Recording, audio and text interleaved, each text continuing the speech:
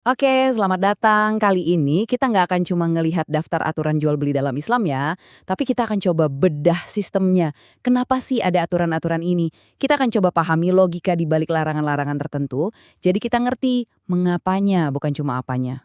Nah, ini dia pertanyaan kuncinya. Kalau kita tahu Islam itu sangat mendorong umatnya untuk berdagang, untuk jadi entrepreneur, terus kenapa ada beberapa jenis transaksi yang dilarang keras? Sebenarnya apa sih yang mau dilindungi dari aturan-aturan ini? Jawabannya ada di 5 poin ini. Setiap larangan yang nanti kita bahas itu tujuannya buat mencegah salah satu atau lebih dari masalah ini. Mulai dari kezoliman, ya, terus mengambil harta orang lain dengan cara yang nggak benar, jelas-jelas penipuan, sampai ke hal yang lebih halus kayak ketidakpastian yang bisa memicu sengketa dan bahkan merusak hubungan antar manusia. Oke, kita mulai dari bagian pertama ya. Kita akan lihat aturan-aturan yang tujuannya itu buat melindungi kesucian waktu, tempat, dan juga keharmonisan sosial di masyarakat.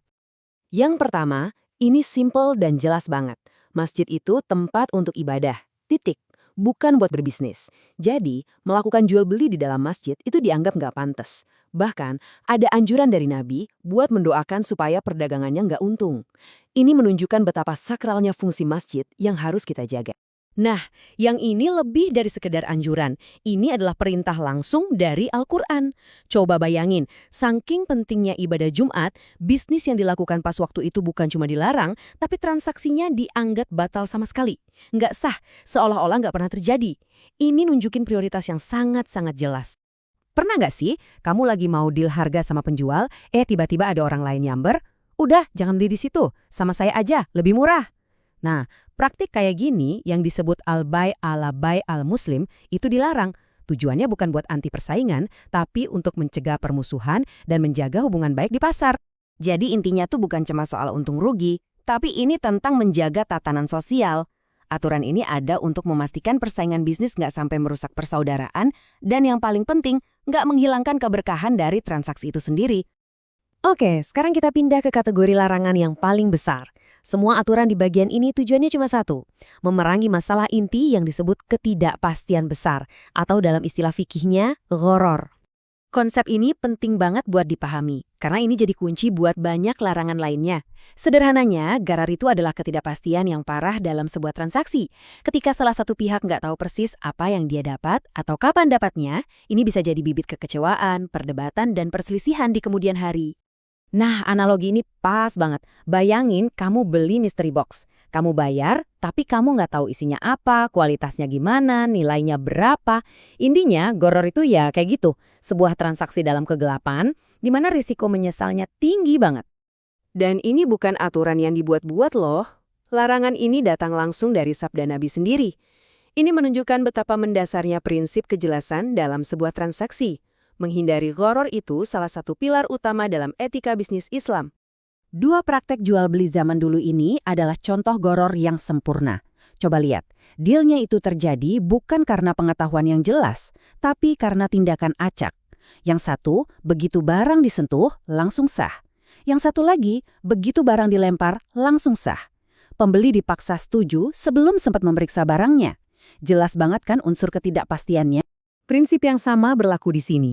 Entah itu jual beli tanah yang luasnya ditentukan sejauh lemparan kerikil, jual beli anak sapi yang masih di dalam perut induknya, atau bahkan menjual jasa pejantan dengan garansi hamil. Semuanya dilarang karena didasarkan pada spekulasi dan kebetulan, bukan pada kejelasan. Sekarang kita lihat satu larangan terakhir. Dan ini nih yang menarik, karena prinsip kuno ini justru bikin kita jadi bertanya-tanya tentang ekonomi modern kita sekarang. Larangan ini sebetulnya sangat fundamental. Kamu nggak bisa menjual sesuatu yang bukan milikmu atau belum berada di bawah kendalimu. Simpelnya, kamu harus punya barangnya dulu, baru boleh dijual. Dan dasarnya kuat banget. Pernyataan dari Nabi ini sangat lugas, sangat kuat, dan nggak ambigu. Pesannya begitu jelas dan praktis. Jangan jual apa yang tidak kamu miliki.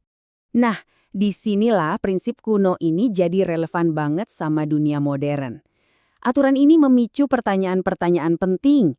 Tanpa bermaksud memberi fatwa, ini mendorong kita untuk berpikir kritis. Gimana ya dengan praktik bisnis zaman sekarang? Kayak short selling di pasar saham? Atau beberapa model dropshipping? Apakah itu sejalan dengan prinsip menjual apa yang kamu miliki? Jadi, kalau kita tarik benang merah dari semua aturan tadi, apa sih tujuan akhirnya? Mari kita lihat gambaran besarnya.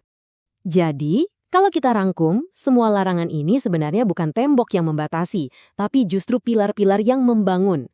Seperti yang bisa kita lihat, ada 4 pilar: keadilan, kejelasan, persaudaraan, dan keberkahan. Inilah fondasi untuk membangun sebuah ekosistem perdagangan yang nggak cuma menguntungkan secara materi, tapi juga menenangkan dan diridai.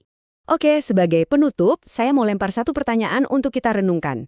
Dengan semua prinsip yang udah kita bahas tadi, coba deh pikirkan dalam konteks hidup kita masing-masing. Di tengah rumitnya ekonomi modern, menurut Anda, transaksi yang benar-benar adil dan membawa berkah bagi semua pihak itu, wujudnya seperti apa sih?